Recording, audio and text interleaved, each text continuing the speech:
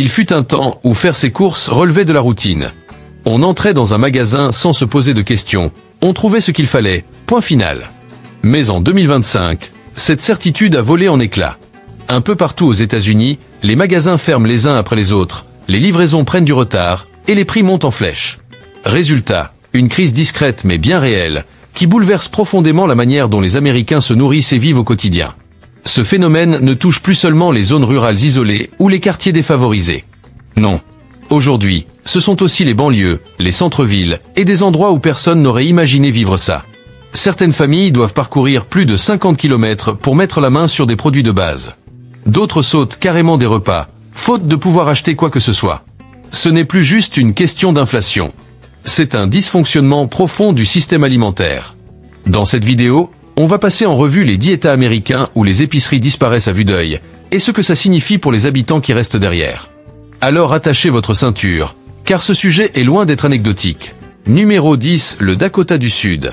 As-tu déjà imaginé que vivre dans un État peu peuplé, avec des plaines à perte de vue mais loin de la mer, pourrait transformer une simple boîte de thon en produit de luxe? Eh bien, c'est exactement ce qui se passe dans le Dakota du Sud.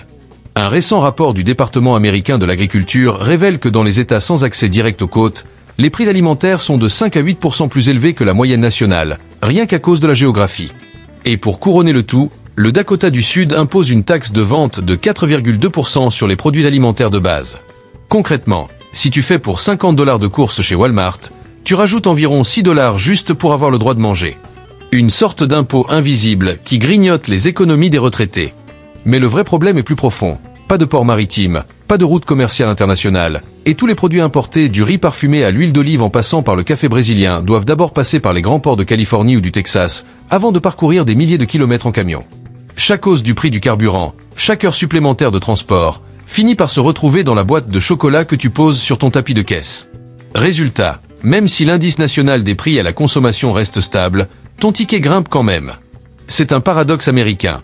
Tu vis au milieu de plaines immenses, et pourtant tu paies ton alimentation comme si tu habitais sur une île isolée. Imagine un retraité à Sioux Falls. Il touche une pension d'environ 2000 $ par mois. L'année dernière, ses courses lui coûtaient 4 cents $ par mois. Aujourd'hui, il en dépense 480, parfois 500. Ça fait 200 $ de plus par an rien que pour se nourrir. Une somme qui pourrait financer un voyage pour voir ses petits-enfants ou payer un nouveau jeu de pneus pour son vieux pick-up. Avec un sourire un peu amer, il m'a confié: je ne pensais pas qu'un simple dîner finirait par devenir une version de luxe du rêve américain, directement à ma table. Cette remarque à moitié plaisante, à moitié désabusée, reflète exactement ce que vivent des milliers de foyers là-bas. Et ce qui est le plus ironique, le Dakota du Sud n'impose pas de taxes sur le revenu, ce qui semble positif au premier abord. Mais il se rattrape à la caisse en ponctionnant sur chaque produit du quotidien. Une sorte de valse à double tranchant. On te donne d'un côté, on reprend de l'autre. Quand une boîte de thon devient un test pour ton portefeuille, tu finis par te demander « Et le prochain produit, ce sera quoi ?» Et si le Dakota du Sud t'a déjà choqué, attends de voir la suite. Parce que dans l'état suivant, même ton café du matin peut donner l'impression de jouer au casino de Las Vegas. Tu devines lequel? Numéro 9, Tennessee. Eh bien, parlons du Tennessee. Acheter du café là-bas, c'est devenu un peu comme miser à Vegas. Tu ne sais jamais à quel prix tu vas tomber. L'expression paraît drôle, mais pour beaucoup de familles, c'est une réalité amère. D'après CNBC, le prix du café Robusta a atteint son plus haut niveau depuis presque 30 ans, et le cacao subit lui aussi une flambée historique. Résultat, quand tu poses ton paquet de café et ta tablette de chocolat dans le chariot chez Walmart ou Kroger, et qu'on ajoute la taxe de vente locale, ton petit déjeuner préféré se transforme en produit de luxe. Au Tennessee, la taxe de vente moyenne frôle les 7%. Les produits alimentaires ont leur propre taux, mais ne sont pas totalement exonérés. Ça veut dire que ton paquet de café à 5 $ ne te coûte pas seulement le prix des grains venus du Brésil ou du Vietnam. Tu rajoutes aussi une petite contribution à la caisse de l'État. Et ces quelques centimes, répétés semaine après semaine, finissent par peser lourd. Pour une famille de classe moyenne qui consomme 2 paquets de café et quelques barres chocolatées par semaine, la note est aujourd'hui plus élevée d'une quarantaine de dollars par mois par rapport à il y a 2 ans. Ça paraît insignifiant, mais 40 $, c'est un dîner au restaurant ou un plein d'essence. Et peu de gens font le lien. Le Tennessee ne produit ni café ni cacao. Tout repose donc sur les importations. Alors, dès qu'il y a des retards dans le transport maritime, que ce soit en mer Rouge ou au canal de Panama, ou que Washington impose des taxes aux exportateurs brésiliens, les prix flambent aussitôt. Autrement dit, que tu sois à Nashville ou à Memphis, ton petit déjeuner dépend du climat en Afrique de l'Ouest ou des décisions politiques prises à des milliers de kilomètres. Le plus ironique dans tout ça, ton cappuccino au Starbucks déborde encore de mousse, mais chaque gorgée ampute un peu plus ton épargne retraite. Un couple de retraités de Knoxville m'a raconté qu'ils commençaient autrefois leur journée avec un café noir et un petit carré de chocolat. Aujourd'hui, ils se contentent d'un café filtre plus léger et remplacent le chocolat par des biscuits bon marché. Le mari a lâché, mi-figue mi-raisin. Pas besoin d'aller à Vegas pour avoir des frissons. Faire les courses suffit déjà. Et si tu penses que le Tennessee est au fond du trou à cause de ses taxes et du prix du café, accroche-toi bien. Le prochain État détient le record du plus bas revenu moyen du pays, et en même temps, le plus haut impôt sur les produits alimentaires. Ça paraît presque cruel, non? Numéro 8, le Mississippi. Le Mississippi, l'État le plus pauvre du pays, détient un triste record. C'est aussi celui où la taxe sur l'alimentation est la plus élevée, atteignant 7%. Alors que beaucoup d'autres États ont choisi d'exonérer ou de réduire les impôts sur les produits essentiels. Ici, les habitants doivent encore ajouter des dizaines de dollars chaque mois rien que pour acheter du riz, de l'huile de cuisson ou leur café du matin. Avec un revenu médian annuel qui tourne autour de 52 000 dollars, selon le bureau du recensement, cette taxe ressemble à une entaille supplémentaire dans un portefeuille déjà fragile. Les données de Bloomberg et du département américain de l'agriculture sont claires. Le prix des huiles importées, notamment l'huile d'olive, a tout simplement doublé en 2 ans. Le riz parfumé venu d'Asie a, lui aussi, grimpé en flèche à cause des restrictions d'exportation.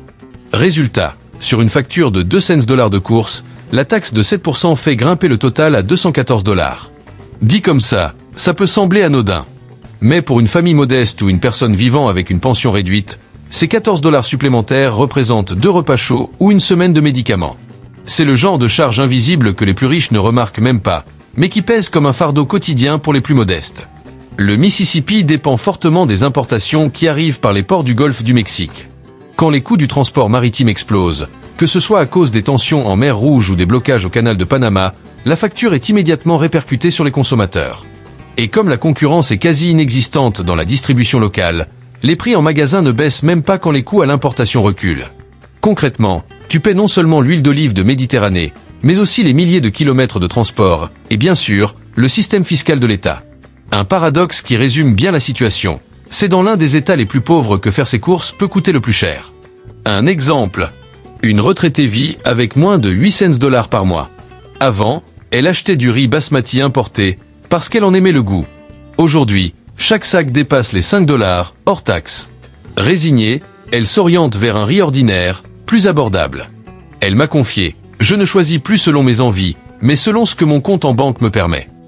Un geste tout simple, mais qui reflète parfaitement l'injustice d'un système où ceux qui ont le moins de moyens finissent par payer proportionnellement le plus. Et si le Mississippi illustre la dure réalité de la pauvreté et des taxes lourdes, le prochain État nous présente un autre paradoxe. Un territoire riche où les revenus sont plus élevés, mais où les courses font tout de même mal au portefeuille, à cause d'un mode de vie cher et sophistiqué. Tu devines lequel? Numéro 7, Nevada. Quand on pense au Nevada, l'image qui vient immédiatement à l'esprit, c'est Las Vegas, ses lumières, ses casinos et ses buffets à volonté qui paraissent abordables. Pourtant, la vérité est ironique. Parfois, un buffet dans un casino revient moins cher qu'un simple caddie chez Costco. Selon un rapport de CNBC sur le coût de la vie, les dépenses alimentaires dans le Nevada figurent parmi les plus élevées du pays, de 8 à 10% au-dessus de la moyenne nationale. Pourquoi? Parce que l'État n'a pas de littoral. Chaque produit, de l'huile d'olive méditerranéenne au thon en boîte venu de Thaïlande, doit d'abord passer par les ports californiens de Los Angeles ou Long Beach, puis parcourir des centaines de kilomètres pour rejoindre le désert du Nevada. Et à chaque étape, les coûts logistiques grimpent. Devine qui règle la note? Les consommateurs. Et il y a un autre facteur dont on parle moins. Les coûts de stockage et de transport au Nevada sont plus élevés parce que le marché y est peu concurrentiel. Autrement dit, même si les prix du fret maritime baissent dans le Pacifique, ta facture chez Costco, elle, ne bougera pas. Un comble. À Las Vegas, tu peux rafler gros au blackjack, mais tu peux tout perdre aussi en remplissant ton chariot d'huile et de chocolat. Un ancien cheminot de Reno m'a raconté en riant. Le casino m'a offert un buffet à 19,95 $, mais chez Costco j'ai payé 50 $ pour un demi-caddie. Une phrase moitié plaisanterie, moitié amertume, qui traduit le quotidien de nombreux habitants. Le Nevada, c'est l'état des rêves de fortune rapide, mais avec la flambée des prix alimentaires, même ceux qui n'ont jamais mis un pied dans un casino ont l'impression de jouer gros. Sauf que cette fois, la mise se joue directement en caisse. Et si tu trouves ça absurde, attends de découvrir l'état suivant. Ici, L'huile d'olive est devenue presque plus précieuse que l'or, et la facture de course prend parfois des allures de questions vitales. Alors, as-tu deviné? Numéro 6, Californie. En Californie, que beaucoup voient comme un paradis ensoleillé gorgé de produits frais, on pourrait croire que les prix alimentaires seraient plus doux. Mais la réalité est tout autre. L'huile d'olive, par exemple, a vu son prix grimper de près de 100% entre 2023 et 2024, selon Bloomberg. Ajoute à cela les frais de transport, les droits de douane et les embouteillages monstres dans les ports de Los Angeles et Long Beach, et tu comprends pourquoi une simple bouteille peut atteindre 15 à 20 $ chez Safeway ou Costco, soit 2 fois plus qu'il y a 2 ans. Un comble. Même si tu vis au cœur de la Central Valley, entouré de vignes et de champs fertiles, ton panier de courses est toujours plombé par le prix du café brésilien, du cacao ghanéen ou de l'huile méditerranéenne. Et comme si ce n'était pas assez, la Californie a déjà un coût de la vie exorbitant. Loyer, électricité, eau, désormais, c'est aussi la facture du supermarché qui s'impose comme une nouvelle taxe invisible. Et ce n'est pas fini. Le salaire minimum est élevé, les coûts de main-d'œuvre pour le transport et la distribution sont plus importants, et tout cela se répercute sur chaque miche de pain et chaque tablette de chocolat. Résultat, même si les prix mondiaux se calment, ta facture californienne, elle, reste gonflée. À Napa, tu peux encore acheter 2 bouteilles de vin sans trop réfléchir, mais hésiter longuement devant une bouteille d'huile d'olive à Target. Un chef italien de San Francisco me confiait récemment: « Avant, j'utilisais 3 à 4 litres d'huile d'olive par semaine dans mon petit restaurant. Aujourd'hui, avec les prix doublés, je réduis les quantités, je mets moins sur les pâtes, et parfois je remplace par de l'huile de colza pour les accompagnements. » Les clients continuent d'appeler ça des pâtes italiennes. Mais moi, en cuisine, je sais que ce n'est plus pareil. Ces mots traduisent une réalité bien plus large, celle de millions de familles californiennes qui doivent réduire, remplacer, sacrifier des saveurs familières juste pour équilibrer leur budget. La Californie a longtemps symbolisé la prospérité et le rêve américain, mais aujourd'hui, son panier de courses ressemble à une mauvaise blague coûteuse. Ici, tu ne paies pas seulement les produits, mais aussi tout un système de logistique, de main-d'œuvre et de politique fiscale internationale qui transite par ses ports. Et si la Californie t'a déjà fait soupirer, prépare-toi. Dans l'état suivant, des millions de retraités vivent un drame très personnel. Leur jus d'orange du matin, autrefois un rituel banal, est désormais un luxe. Et crois-moi, tu ne veux pas détourner les yeux de cette histoire. Numéro 5, Floride. Te souviens-tu de l'époque où prendre sa retraite en Floride rimait avec soleil éclatant, mer turquoise et un grand verre de jus d'orange fraîchement pressé chaque matin? Eh bien, demande aujourd'hui aux retraités d'Orlando ou de Tampa s'ils gardent encore cette habitude. Les temps ont changé. En 2024, d'après Reuters, le prix du jus d'orange concentré a atteint des sommets historiques. La faute à quoi? À des récoltes désastreuses en Floride, ravagées par la maladie du greening et par une succession d'ouragans. Et comme si ce n'était pas assez, les États-Unis ont décidé d'imposer jusqu'à 50% de taxes douanières sur le jus brésilien, alors que le Brésil reste le premier fournisseur mondial. Résultat, un gallon de jus d'orange dans les rayons de Publix peut désormais dépasser les 9 ou 10 $, presque le double d'il y a seulement quelques années. Un vrai problème dans un État comme la Floride, où la retraite attire des milliers de personnes vivant avec un budget fixe. Beaucoup de seniors constatent que chaque hausse de prix ronge un peu plus leurs économies. Le département américain de l'agriculture confirme que le jus d'orange a bondi de plus de 60% en seulement 3 ans. Sur le papier, ça ressemble à une statistique froide. Mais ramené au quotidien, ça devient un dilemme. Remplira-t-on son verre comme avant, ou faudra-t-il ajouter un peu plus d'eau pour faire durer la bouteille? Un couple de Naples confiait: on en boit moins, comme ça, chaque verre devient encore plus spécial. Une phrase drôle en apparence, mais qui traduit une réalité amère. Ce qui semblait banal devient désormais un luxe. Pourtant, peu de gens parlent de la cause profonde. Le problème ne vient pas seulement d'une mauvaise récolte ponctuelle, mais d'un affaiblissement durable de la production locale.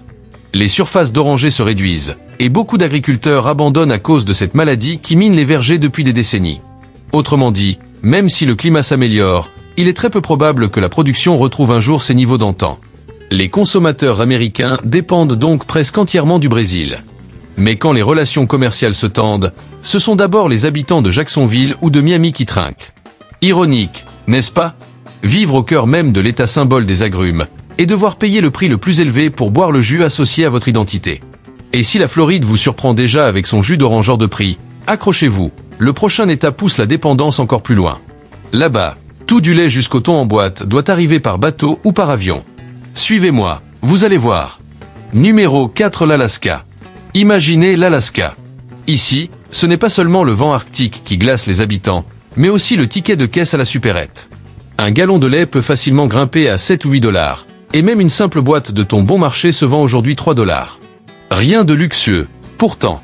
Ce sont des produits de première nécessité, les basiques que toute famille devrait pouvoir se payer. Selon les données de l'USDA et diverses enquêtes sur le coût de la vie, les aliments en Alaska coûtent en moyenne 30 à 40% plus cher que dans le reste du pays. L'explication est simple, mais implacable. Presque tout doit être importé, par avion ou par cargo. Et quand les prix du carburant augmentent, quand une crise bloque les routes maritimes par la mer Rouge ou le canal de Panama, quand les tarifs du fret explosent, les habitants de l'Alaska encaissent immédiatement le choc. Pas d'alternative possible avec une production locale à grande échelle. Le climat empêche toute agriculture diversifiée. Un mineur de Fairbanks racontait qu'à chaque passage chez Costco, il repart avec à peine quelques essentiels, du lait, du pain, du poulet congelé, mais que la facture avoisine tout de même les $250. Et il ajoute avec humour, « Dans la mine, je supporte les moins 30 degrés Celsius sans problème, mais devant les prix au supermarché, je me sens encore plus glacé. » Une phrase courte, mais qui résume tout. On peut résister à la rudesse de la nature, mais rester impuissant devant l'étiquette des prix. Le plus surprenant, c'est le paradoxe derrière cette situation. L'Alaska est un État riche en ressources, pétrole, gaz, minerais, mais presque incapable de nourrir sa population par ses propres moyens. Le territoire exporte de l'énergie vers tout le pays, mais doit importer chaque litre de lait, chaque sac de riz. Une sorte de rêve américain inversé, vendre du pétrole pour acheter du thon. Et cette dépendance fait que ton portefeuille devient l'otage des fluctuations mondiales.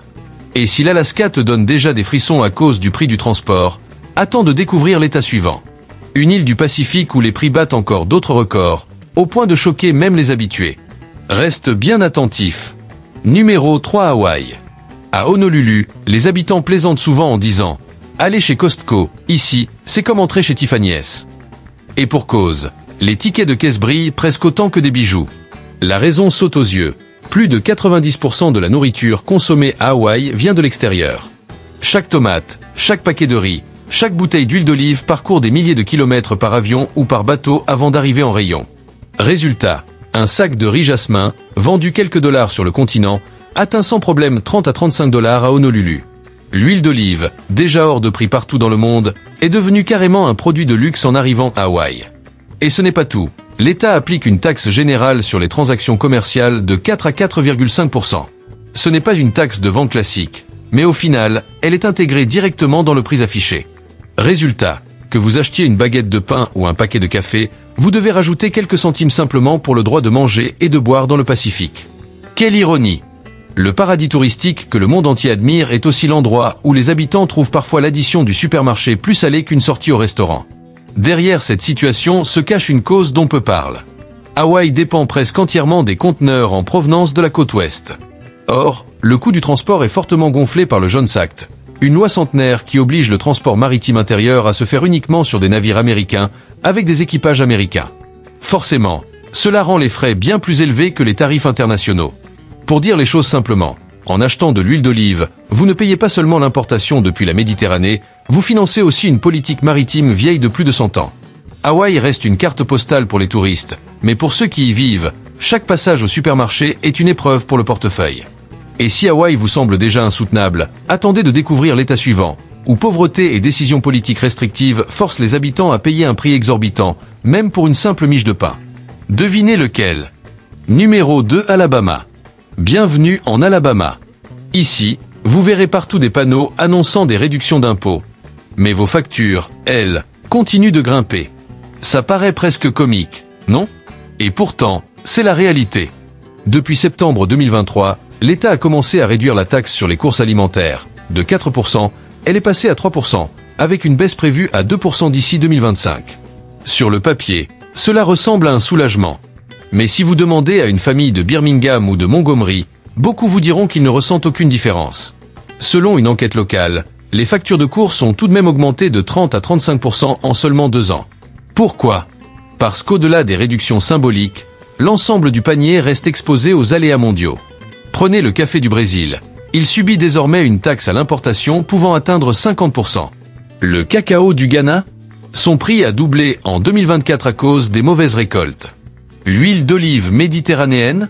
Elle a battu des records à cause des sécheresses. Tout cela passe par les ports de Louisiane ou de Géorgie avant d'arriver en Alabama, et chaque kilomètre parcouru se retrouve dans le prix final, même dans le sirop au chocolat que vous versez sur les crêpes de vos enfants. Résultat, ces baisses d'impôts ressemblent à un petit parapluie dans une tempête de prix. Et derrière tout ça, Un fait rarement évoqué, l'Alabama compte proportionnellement plus de foyers modestes que la moyenne nationale. Beaucoup de retraités vivent avec à peine 1 000 $ par mois. En 2022, leurs courses leur coûtaient environ 4 cents $. Aujourd'hui, ils doivent débourser 5,50 $. Sur une année, ça fait 800 $ de plus. Avec cette somme, ils auraient pu payer l'assurance de leur voiture ou même s'offrir un petit voyage. Désormais, tout s'évapore dans des caddies à moitié vides. Un habitant de Birmingham confiait « L'État a réduit les taxes, mais les supermarchés ont augmenté les prix. » Au final, on a l'impression de reculer au lieu d'avancer. Voilà le cœur du problème. On a présenté cette réforme comme une bonne nouvelle, mais dans la réalité du panier de courses, peu de gens se sentent réellement soulagés. Les habitants n'attendent pas des slogans, mais des factures plus justes. Et si vous croyez que l'histoire s'arrête là, détrompez-vous. Car un État bonus vient encore compliquer le tableau. Un État riche où certains déboursent jusqu'à 30 $ pour un simple morceau de fromage, avant de réaliser que la richesse n'immunise pas contre des courses hors de prix. Vous devinez lequel? Numéro 1, New York. Oui, c'est New York. Le centre financier de la planète, où des milliards circulent chaque jour sur des écrans, et où, paradoxalement, les habitants tremblent devant le prix du fromage et du chocolat. Le Wall Street Journal rapporte qu'en 2025, une nouvelle politique fiscale imposera des droits de douane de 20% sur de nombreux produits européens, notamment les fromages italiens et français. Résultat, certains articles coûtent désormais 1,5 fois plus cher qu'il y a 2 ans. Certaines familles en sont même réduites à considérer ces produits comme des cadeaux d'exception, et non plus comme des plaisirs du quotidien. Ce qui agace particulièrement les New-Yorkais, c'est qu'ils sont déjà habitués à un coût de la vie exorbitant. Le loyer moyen à Manhattan dépasse les 4 000 $ par mois. Un simple latte dans la rue coûte 6 ou 7 $. Mais quand même la pizza, plat emblématique, se retrouve impactée par la flambée du prix de la mozzarella, ce n'est pas seulement le portefeuille qui souffre, c'est toute une identité culinaire qui vacille. Un pizzaiolo de Brooklyn racontait « Les clients demandent pourquoi les parts de mozzarella ont rétréci. J'ose à peine leur avouer que le fromage est devenu plus cher que l'or à cause de décisions politiques lointaines. » Voilà le paradoxe. New York, ville prospère, mais aussi théâtre des plus grandes contradictions. Tandis que Wall Street engrange des milliards, des familles du Queens ou du Bronx hésitent à acheter une simple tablette de chocolat. C'est une forme des « inflations de luxe » qui touche tout le monde, riche ou modeste. Nous venons de parcourir 10 États. Le constat est clair, la flambée des prix ne dépend pas d'un seul facteur, mais d'un mélange de taxes, de chaînes d'approvisionnement mondiales, de catastrophes climatiques et de politiques commerciales. Et la facture finale? Elle ne se lit pas seulement dans les rapports économiques, mais directement dans le caddie de chaque famille. Pourtant, tout n'est pas perdu. On peut toujours trouver des alternatives locales, choisir les produits de saison, et surtout partager nos expériences, pour se rappeler qu'on n'est pas seul face à ce casino des supermarchés. Alors, à vous maintenant, dans quel état vivez-vous? Et quel produit fait le plus mal à votre portefeuille? L'huile d'olive, le café ou le jus d'orange? Dites-le en commentaire. J'en sélectionnerai quelques-uns pour y répondre dans une prochaine vidéo. Et surtout, n'oubliez pas de vous abonner et d'activer la cloche pour ne rien rater. Parce que ce qui alourdit votre ticket de caisse aujourd'hui pourrait bien devenir l'actualité politique de demain. Cette vidéo a un but uniquement informatif et éducatif. Elle ne constitue en aucun cas un conseil financier, fiscal ou d'investissement. Les chiffres proviennent de sources fiables comme Bloomberg, l'USDA ou Reuters, mais les prix peuvent varier avec le temps et selon les régions.